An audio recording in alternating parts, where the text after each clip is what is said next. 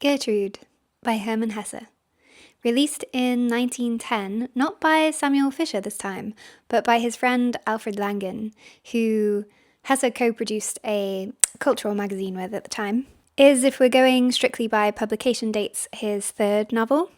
My copy is translated by Hilda Rosner and has the David Pocknell design. The story itself follows the disabled composer Gottfried Kuhn, and it forms this kind of love triangle between Kuhn, Heinrich Muoth, who's this chaotic, destructive opera singer, and the book's namesake Gertrude.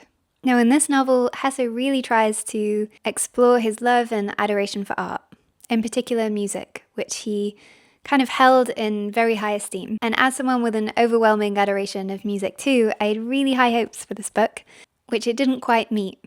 But one of the significant things about this book is it's the first time we see Hesse properly try to introduce philosophical concepts into his writing.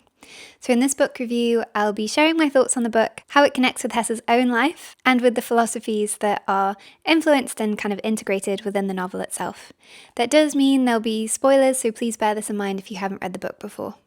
Now, as we've seen with his other two books so far, this novel also contains elements of a self-portrait. It's not as obvious as some of his earlier works, but his self is represented in multiple roles throughout this novel, which, like some of his later characters, show large contradictions and contrasts with each other. Now, this is a book that Hesse himself really struggled writing. In fact, between the periods of 1906 and 1910 when it was released, he actually wrote 3 different versions of it. And even after it was published, he had some reservations about it. He speaks about it quite critically and states how he's painfully aware of some of the flaws within this book. I hate to say it, but I have to agree with him. It's definitely not my favourite of Hesse's works. It was relatively well received at the time, and I can appreciate what he's trying to do with the book and its concepts that I think he perfects in some of his later books. But let me break down some of the meanings behind this. So one of the significant things in Gertrude is the fact that we see a rather prominent version of a mother in this book, which so far she either dies quite early on or she's not really present throughout the book. Now, Hesse is someone who really struggled with his relationship with his mum. She was someone that had quite an artistic nature herself and did a lot of writing, but she really looked down on this being Hesse's chosen profession. She never really approved of any of his work, and it left Hesse feeling really misunderstood and kind of disconnected to her. And we see this a little bit in Kuhn's character as well. He's just switched the art form to be that of writing music. So we see Kuhn speak about his mother, saying, "My mother was affectionate, but there was an old reserve between us, which on my side was a fear of being misunderstood, and on her side a lack of faith in my career as a musician, and a disbelief in the seriousness of my endeavours. Inwardly she mistrusted these apparent successes, as much as my art as a whole. It was not that she didn't like music. Indeed, at one time she used to sing a little. But in her opinion, a musician was a poor sort of person. She had also heard some of my music and did not understand or care for it." And that's something that you see reflected in family letters. So his third wife, Ninon, went through considerable efforts to make sure she saves a lot of the letters of Hesse and his family. And we see Hesse kind of complain to his sisters how his mum has read things but doesn't really understand them. So a direct correlation with Hesse's own mother's relationship in this book. Now, while Hesse himself never properly played any instruments, although I think he did try at violin, he had such a sincere appreciation for music. In fact, in 1913, he wrote to his friend saying, "I play no musical instrument myself, though I do sing and whistle a lot, but I always need music.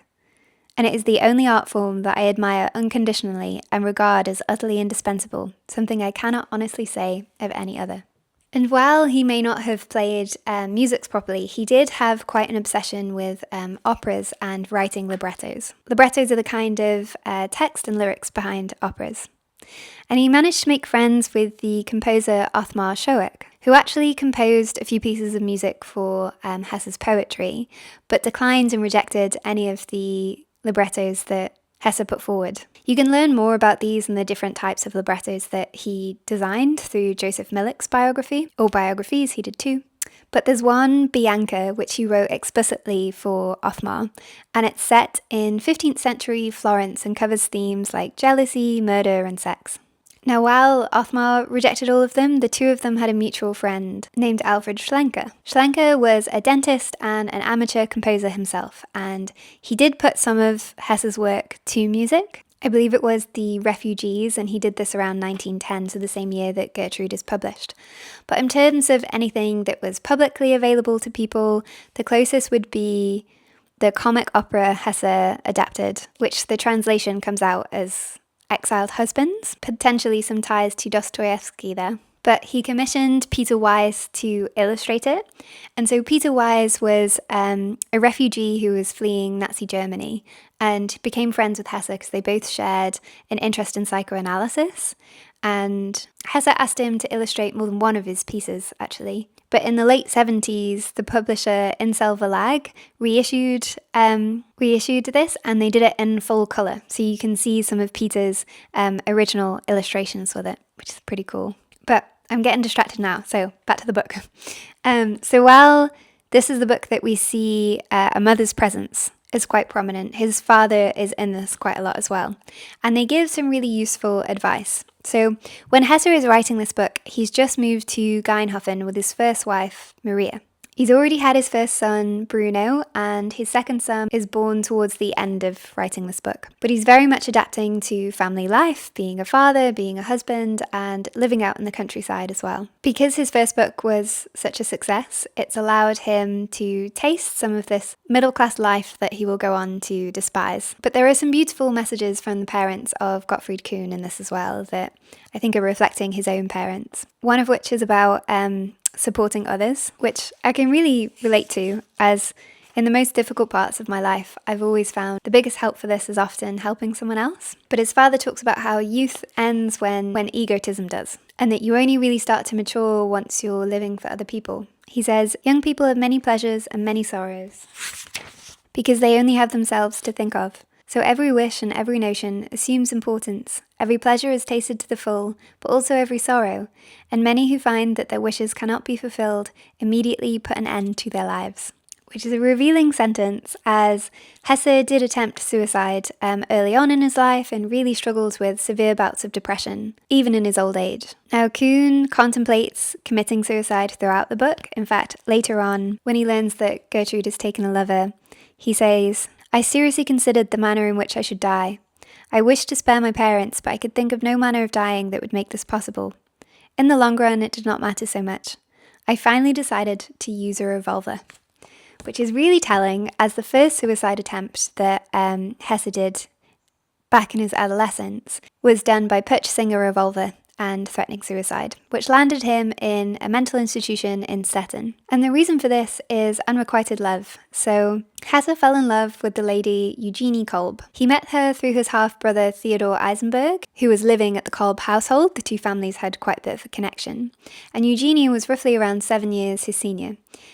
She didn't feel the same way back, and this put Hesse in quite a frenzy. Gunnar Decker suggests that this is Hesse being inspired by Ivan Turgenev's novel Smoke. But Eugenie does seem like a good lady. She writes to him when he's in the institution to say, I implore you, dear Mr. Hesse, please forget the things which are now behind you and look after your own health first and foremost. Please be rational and believe me when I tell you this. A first love is never the right one. Even though it's painful to experience a disappointment in affairs of the heart, it was the best thing that could happen to you, and not to have one's love reciprocated is not nearly so hard a thing to bear as to enter into a relationship that could be torn asunder, roughly, after several years, nor if you had come to the realization, after many years, that your young first love was nothing but self-deception. And she goes on to say how it's God's blessing that he's been spared this response, and she implores him to show more manliness in his future relationships as well. But fortunately, neither Hesse or Kuhn commit suicide, and part of the reason that Kuhn is dissuaded from doing this comes from his father's advice, saying, when one's life is bound up with those of others, one does not consider one's own desires to the same extent, and I was also tied by such a bond, which makes sense, as Hesse's now a father, he's a husband, he's really struggling in this marriage, and we're not too sure of how much of a love marriage it was either. So his first wife, Maria Bernoulli, she was a photographer and quite a bit older than Hesse.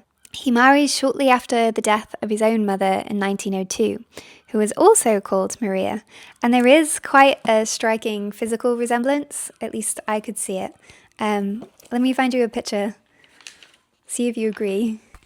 Okay, so here is a picture of his mother.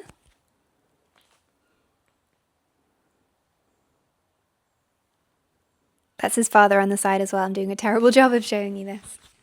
And then the only picture I clocked in this book of his wife Maria is her when she's quite a bit older. Actually, there's another picture of her here with their son. And actually, that photograph mirrors the original illustration for Rossheld. But I'm not talking about that book yet. We're on Gertrude for now. So while we see Kuhn spared suicide, he's by no means someone that's lucky in love. Kind of like the young author Hesse, who didn't have the best experience with women when he was younger. Now at the start of the book, we see young Kuhn healthy. He isn't injured at this point, and he has a bit of a crush on a girl, and she manages to talk him into going for a toboggan ride, which he's nervous about doing. He's quite hesitant, but he wants to impress her, so he goes ahead with it. In the toboggan ride, they go down this really steep slope, and it ends up being quite a horrific accident where Kuhn is badly injured and ends up permanently disabled. He cripples his leg and permanently has a limp, which I think especially in this time period did kind of ostracize you a little bit. It made the character feel he was undesirable to other women and gave him more of an observer role in life. But we see Kuhn embrace this by throwing his life into music and the creation of it. And we see straight away he doesn't really hold any regret for these actions and his injury. I mean, right at the beginning of the book, it opens with, "When I consider my life objectively, it does not seem particularly happy, yet I cannot really call it unhappy, despite all my mistakes. After all, it is quite foolish to talk about happiness and unhappiness, for it seems to me that I would not exchange the unhappiest days of my life for all the happy ones." Which already, from page 1, you can see he's starting to introduce philosophical concepts here. And so he then goes on to say, "When a person has arrived at a stage in life when he accepts the inevitable with equanimity, when he has tasted good and bad to the full, and has carved out for himself alongside his external life an inner, more real and not fortuitous existence, then it seems my life has not been empty and worthless. Even if my external destiny has unfolded itself, as it does with everyone, inevitably and decreed by the gods, my inner life has been my own work, with its joys and bitterness, and I alone hold myself responsible." Now there's a few philosophical tie-ins there, but I'll start with one of the most obvious comparisons with this book, which is connected to the German philosopher Friedrich Nietzsche. Now Nietzsche and Hesse were both alive at the same time period, so Nietzsche died in the year 1900 and Hesse was born in 1877, so there's some overlap there. And while Hesse came from quite a well-educated family, which gave him access to an extraordinary amount of books, mostly through his grandfather actually, that included a lot of things on Greek and philosophy, he hadn't yet read Nietzsche in his early years, and we know this because he writes to a friend in about 1895 saying he knows Nietzsche through thousands of reviews but has yet to read any of his work. It isn't until his father writes to him about Nietzsche that we have confirmation he has read some of Nietzsche's work, and he's really praising it, which I think is him kind of teasing his parents, as he grew up in a really strict, religious, pietist household. And so naturally, Nietzsche, the whole God is dead, is not going to be very well received by them. But he was praising him in the letters to his father. It's also clear how much of an influence Nietzsche is on Hesse, as he's referenced in many of his novels. In terms of which of Nietzsche's work had the biggest influence, I would argue it's Nietzsche's first novel, The Birth of Tragedy. Both Nietzsche and Hesse spent quite a bit of time in Basel, Switzerland, so Hesse had some childhood years there, and then he went as a young adult as well, so he was living in Basel when he was working as a book assistant. Nietzsche ended up being the chair of classical philology at Basel University when he was only 24 years old, which even back then is impressive. That's a very young age to have such a position. Nietzsche was actually one of my teenage heroes, which I'm not going to lie, gave me some complicated views on women, but thankfully we're through that. But one of the things that Nietzsche believed was that in order to experience things fully, you can't just be experiencing the happiness, the pleasure, and that really we ought to be embracing everything, including that of pain and suffering. And so in The Birth of Tragedy, he uses Greek tragedies as an example for this, and he highlights the contrast by using two Greek gods as the example, Apollo and Dionysus.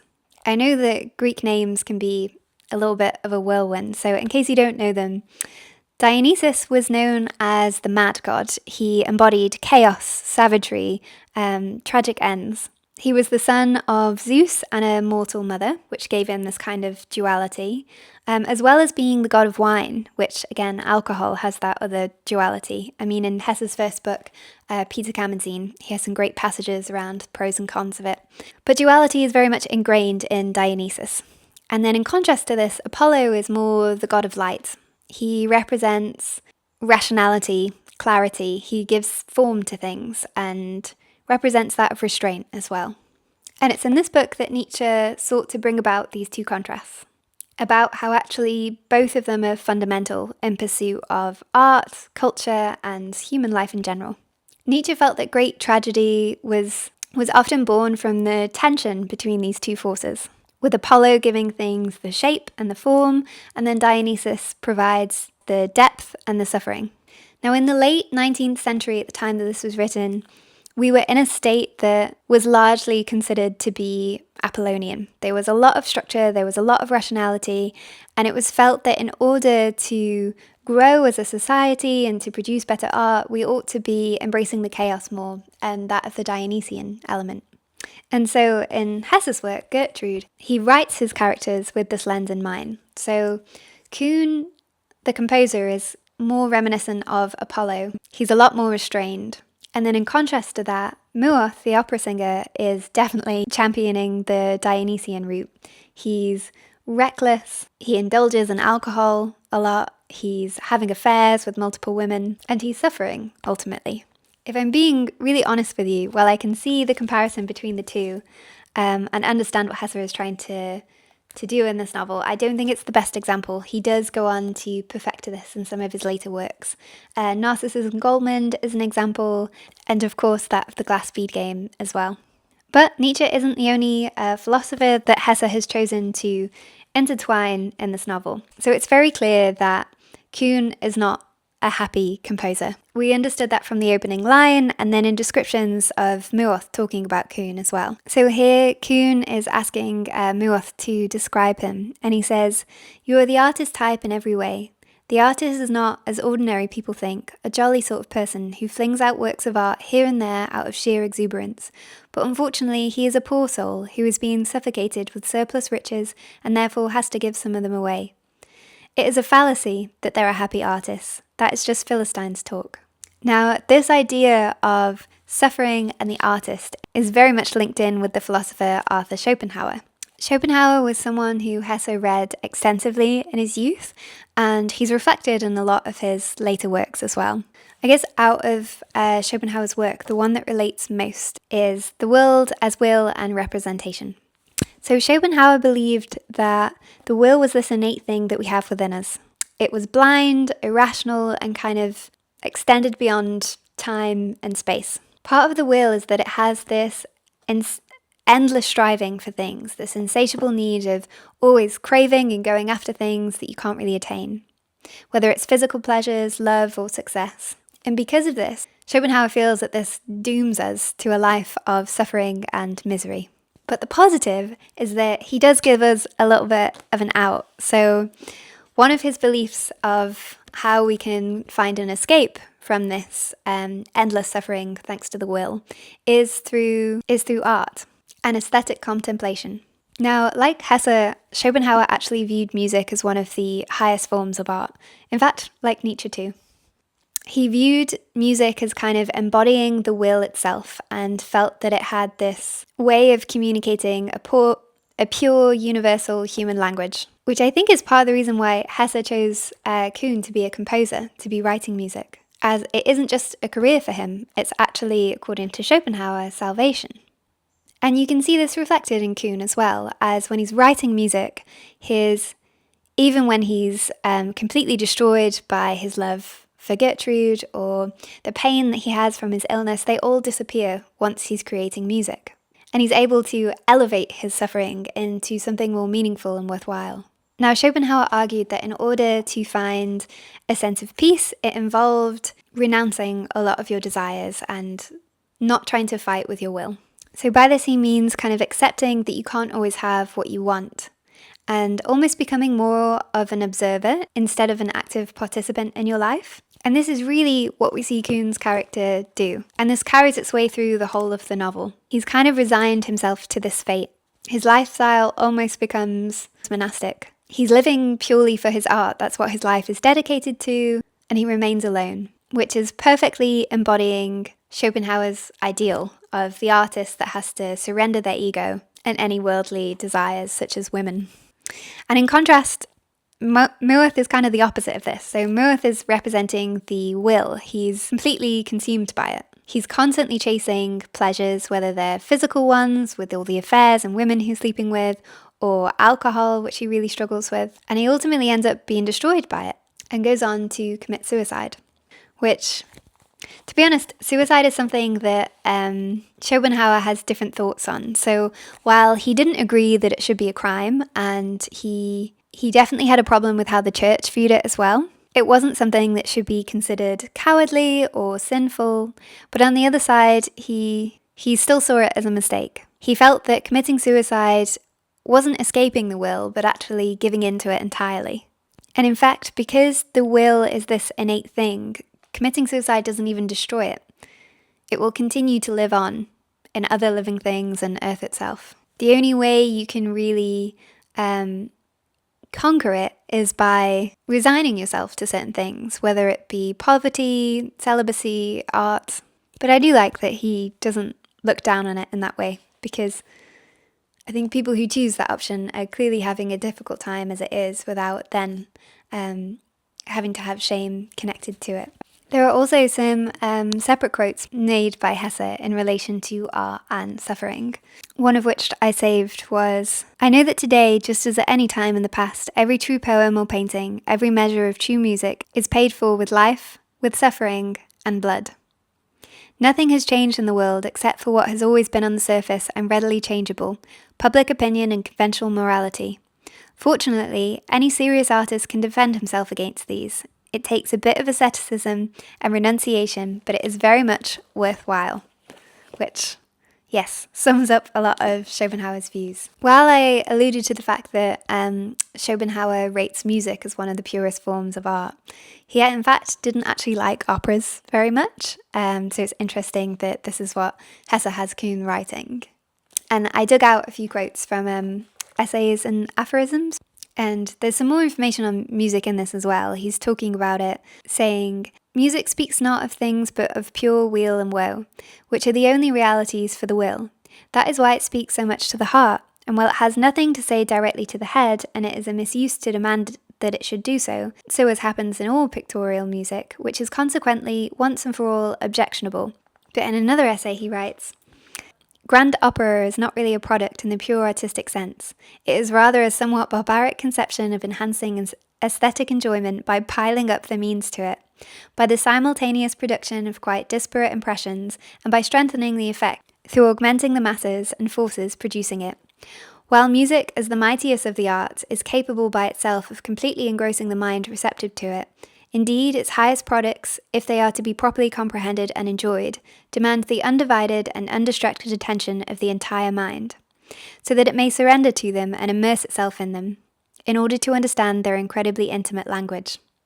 And then he goes on to say how opera is kind of way too distracting from this. We have all of the costumes and the lights on stage that's diverting attention from the true art form. And he even goes so far as to say that opera is kind of this unmusical invention for unmusical minds, which I thought was quite funny. And I relate to it as well. I'm not someone that really likes musicals.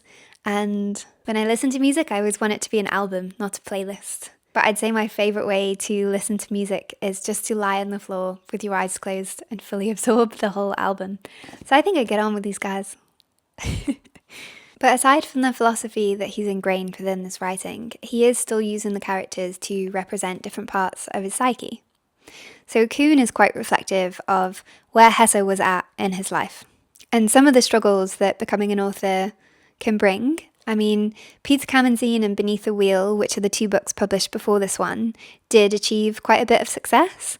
And Kuhn kind of reflects on how success can kind of trap you. And it gives us an insight into the mental state that Hesse might have been feeling during this time and the expectations that are being placed upon him. As Kuhn shares, since the performance of my chamber music, I had become acquainted with musicians in the town outside the theatre and now enjoyed a growing reputation in a small circle. I noticed that people knew and observed me. Of all fame, the sweetest is that which is not yet for any great success, which cannot cause envy and which does not isolate you. You go about with the feeling that you are noticed, named and praised. You meet people who welcome you with a smile and acquaintances who give you a friendly nod. Younger people greet you with respect and you secretly feel like the best is still to come, as all young people do, until they see that the best already lies behind them.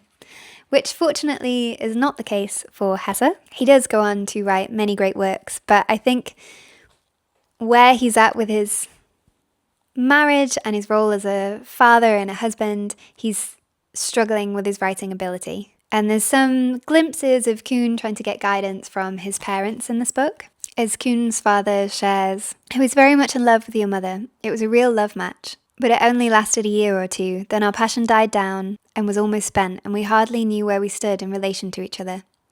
Then the children came, your 2 elder sisters who died when they were young, and we had them to look after.